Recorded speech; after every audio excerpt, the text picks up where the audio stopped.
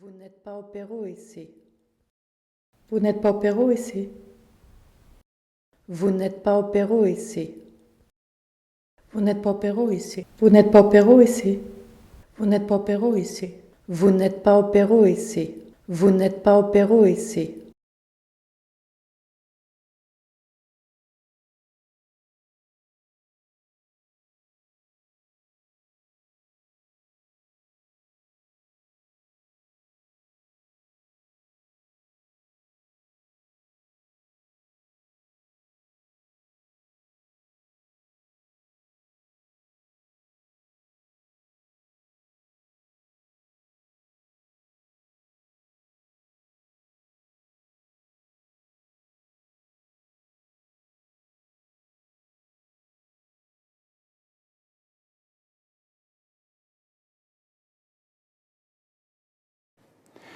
Nous sommes en guerre.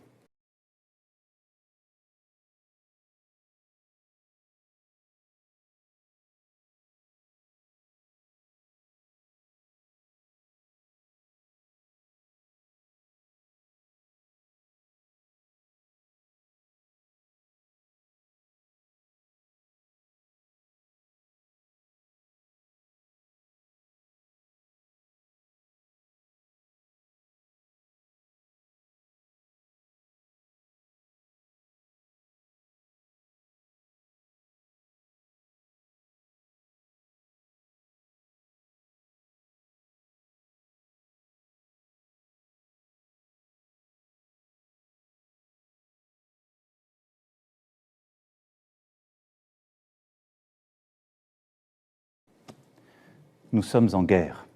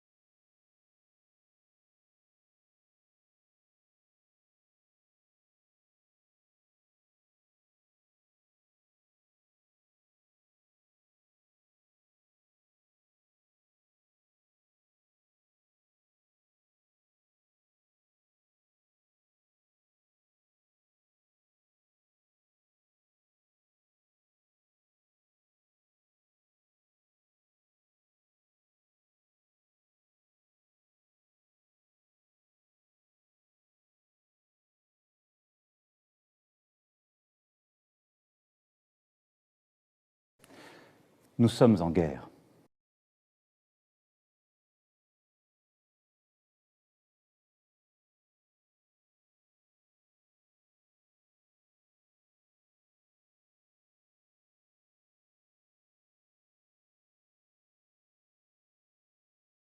Pourquoi ? Parce que plus largement, la littérature est une affaire de langage. Ce qui veut dire que son rapport au pli induré d'une configuration sociopolitique et sa capacité ou non à les défaire se joue à mon avis aussi dans un travail sur la langue qu'on parle ici et maintenant. De fait, en parlant cette langue, on se rive nous-mêmes chaque jour davantage à l'ordre social auquel on appartient, et ce, même lorsqu'on s'y oppose. C'est tout le paradoxe. Et c'est ce dont les audiences du procès France Télécom ont fait la démonstration quotidienne pendant 2 mois. Les victimes parlaient la langue de leurs bourreaux pour les incriminer. Ce n'est pas un paradoxe agréable, mais si la littérature est constitutionnellement vouée à certains champs politiques plutôt que d'autres, pour moi, celui-ci en est un.